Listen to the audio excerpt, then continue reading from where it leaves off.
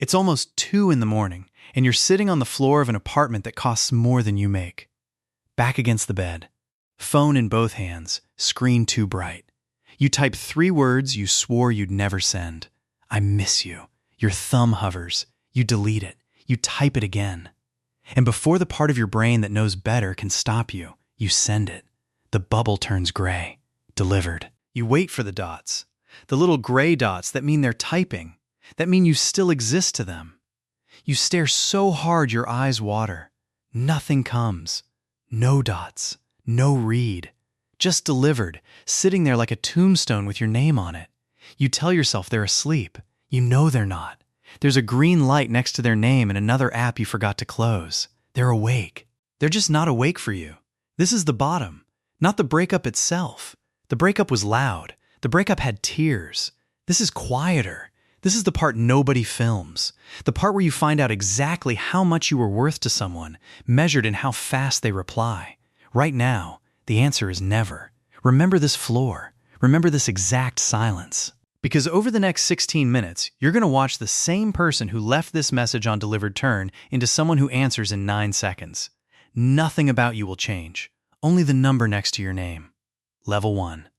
$0.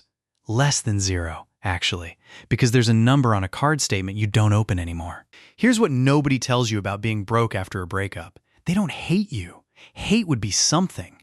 Hate would mean you still take up space in their head. What you get instead is worse. You get nothing. You get the emotional equivalent of a closed tab. You text them something normal a week later. Hey, can I grab my charger from your place? Delivered. 2 days. Then a single word. Sure. No question mark. No, how are you? The conversation has the temperature of a customer service chat. You hear things through other people. A friend of a friend says they saw your ex out, laughing, doing fine. Yeah, they said you two just wanted different things. Different things. That's the whole story now. That's you, compressed into 4 words and filed away. You run into them once, by accident, at a grocery store. And here's the part that actually breaks something in you. They're nice, pleasant. They ask how you've been the way you'd ask a coworker you barely remember. They say your name like it's a word, not a person. Good to see you. A hand on the shoulder. They're gone before you've finished your sentence. Because at $0, you're not a threat and you're not a prize. You're not even an ex anymore. You're a story they already finished telling. The same person who used to text you good morning before they were fully awake now takes 2 days to send 1 word. Nothing happened between those 2 versions of them. You just stopped being useful. You're not heartbroken to them. You're not anything. You're closed. Level 2. $5,000 in the bank. The first time in your life the account doesn't go red at the end of the month. Nothing about your ex changes here. That's the point of this level. You've clawed your way to stable and the world hasn't noticed, and neither have they. But you've changed. You post less like you're drowning. There's a picture of you somewhere looking almost okay. New haircut. A trip you saved 3 months for. A real laugh you didn't fake for the camera. They see it. You don't know that yet, but they see it. Nothing happens. No text. No even. But somewhere in the back of their attention, a tiny flag goes up. Not interest, just data. Noted. They scroll past and don't think about you for the rest of the day. But the scroll is a half second slower than it used to be. You're still doing math at restaurants. You still flinch when a card gets handed back. The 5,000 isn't freedom, it's a buffer, and you know exactly how fast it disappears. But you're not begging anymore. You stopped sending the 2 in the morning texts. Not because you healed, because you ran out. And the strange thing about going quiet is they notice the quiet. The person who never answered suddenly has nothing to ignore. Your silence is the first thing about you that's been interesting in months. They don't reach out. They wouldn't. At $5,000, you're not worth the risk of looking like they care. But you've stopped being invisible. You've become something more dangerous to their story. You've become someone they have to wonder about. Level 3. $50,000. The salary's real now. There's a number you can say out loud without shame. This is where it starts. Small. So small you'll talk yourself out of believing it. A story you post. Nothing special. You at a rooftop thing, a drink in your hand, the city behind you, gets a view from a name you blocked from your own thoughts a year ago. Just a view. They watched the whole thing and tapped nothing. But the next one, 3 days later, gets a reaction. A single haha on a joke that wasn't even that funny. That's the opening bid. That's a hand testing whether the door is still unlocked. You stare at that ha-ha longer than you'll admit. 3 letters. After all that silence, 3 letters land like a phone call. And here's the reversal that should tell you everything. The same person who left, "I miss you" on delivered at 2 in the morning, is now reacting to a video of you holding a cocktail. They couldn't spend 9 words on your loneliness. They'll spend a tap on your highlight reel. The difference isn't time. They had time. The difference is what you're showing them. At $50,000, they're not back. Don't get it twisted. They're just close enough to smell that you might be going somewhere, and they want to be on record as having been friendly. A foot in a door that isn't open yet. They didn't miss you. They missed the wrong call, and now they're checking if the line still works. Level 4. $500,000. Maybe it's equity. Maybe a business that finally turned. Maybe a title with the word senior in it. Doesn't matter. People can smell it on you now. And here it comes. The text. The one you imagined for a year and stopped imagining right before it arrived. "Hey, stranger. It's been forever. We should catch up sometime. 2 E's on the hey. 2 question marks. The whole thing engineered to look casual, to look like a thought that just floated by. When you know, they typed it, deleted it, and retyped it the same way you once did on that floor. You read it 6 times. Catch up. As if you'd both just gotten busy. As if there was no delivered. As if the silence was a scheduling problem. The same person who summed you up to their friends as we wanted different things now wants to sit across a table and find out what those different things turned into. Notice what they're not saying. They're not saying sorry. They're not saying they were wrong. Catch up is the most expensive, cheap phrase in the language. It costs them nothing and asks you to walk all the way back across everything for free. At $500,000, you're no longer a closed story. You're a loose end they suddenly want to hold again. Not because they miss you, because you started to look like something they let go of too early. Level 5. $2 million. You don't say the number. You don't have to. It's in the watch, the calm, the way you stopped chasing rooms and rooms started chasing you. Now the tone shifts. Catch up wasn't enough, so they reach for the real weapon. Memory. The texts get long. They get warm. I was just thinking about that trip we took, the little place by the water, you remember. I still think about that. They send a photo. An old one. The 2 of you, younger, before any of this, found this, made me smile. This is the nostalgia play, and it's surgical. They're not selling you a future they can't promise. They're selling you a past you already lived, edited down to only the good frames. They cut the silence. They cut the delivered. They cut the 4 words they used to bury you with. What's left is a highlight reel of a love that, in their retelling, never had a problem.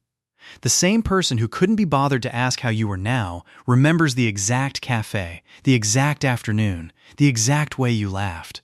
Of course they do. Memory is cheap to fake when the person in front of you finally became worth remembering. You feel it working. That's the dangerous part. It isn't even a lie. Those afternoons happened. They're just being handed back to you by someone who threw them away when they were free. At $2 million, you're not an ex they regret. You're a portfolio they want back in. Level 6. $10 million. Different rooms now. Events with no posted address. The kind of guest list that is the security. And somehow, they're there. You turn around at some gallery thing, a birthday for a person you both half know, and there they are, holding a glass, already looking at you like they rehearsed the surprise in the car. Oh my God. What are the odds? The odds were excellent. Someone told them you'd be here. You can see it on them. This is where the mutual friends turn into staff. The texts start coming sideways now. Hey, so-and-so asked about you. Like, asked. Your old relationship has a press team, and every one of them is suddenly briefed on how single your ex is, how much they've grown, how they never really got over it. The same person who let you find out through a grocery store run-in that you meant nothing now arranges to be in your path and calls it fate. They touch your arm when they laugh now. They remember your coffee order. They ask about your work with their whole face. And every bit of it is real attention. That's what makes it sick. It's the exact warmth you begged for at 2 in the morning, finally switched on, now that the meter says you're worth the electricity. At $10 million, they don't run into you. They schedule it and dress it up as destiny. Level 7. $40 million. You're not in the room anymore. You're part of why the room matters. And now you get the speech. The big one. The one they've clearly been building toward. They get you alone. They go quiet, serious.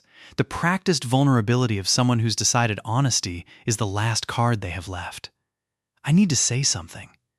Letting you go was the biggest mistake of my life. I was young. I was scared. I didn't understand what I had.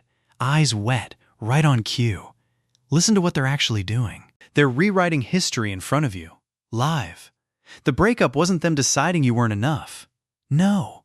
Now it was fear. Now it was immaturity. Now it was a tragic misunderstanding between two people who were just too young to know better. You've been recast. You went from "we wanted different things" to the one that got away, and they're hoping you won't notice they wrote both versions. The same person who left 3 words on delivered now can't finish a sentence without telling you how much they regret it. Here's the tell. Their regret arrived precisely on schedule with your net worth. It didn't show up the year you were broke and breaking. It showed up at 40 million. Regret that punctual isn't regret. It's a quote. At 40 million, you're not the one that got away. You're the one they're trying to buy back. Level 8. $100 million. The top of the ladder. Your name opens doors before you walk through them. And here, finally, they stop pretending it's about love. They're too smart to push that now. Now it's about proximity. They want to be seen with you. They want the photo. They want to be the person who knew you back when, the footnote in your story, the name that gets dropped at dinners. They introduce you to people as someone they're very close with. They're building a brand, and the brand is you. The texts aren't even romantic anymore. They're networking. You should meet my friend. He's launching something. You two would click. They've moved from wanting you back to wanting access. To your circle, your capital, your shine.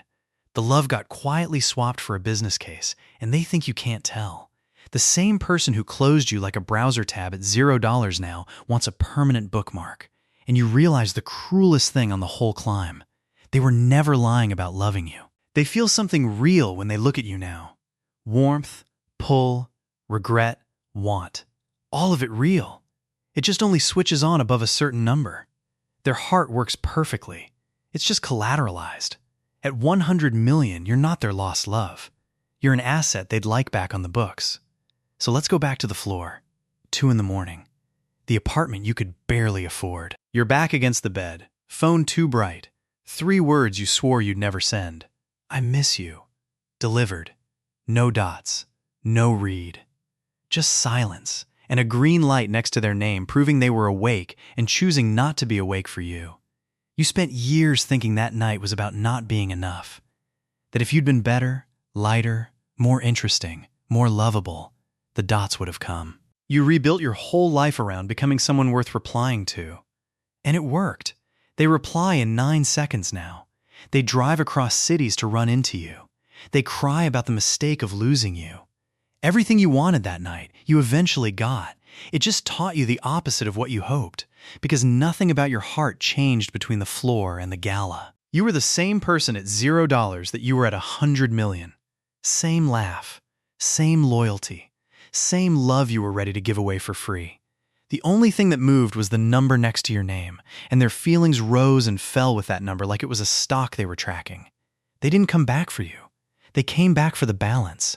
The affection was real enough. It was just a line of credit, extended the moment you became solvent, frozen the moment you weren't.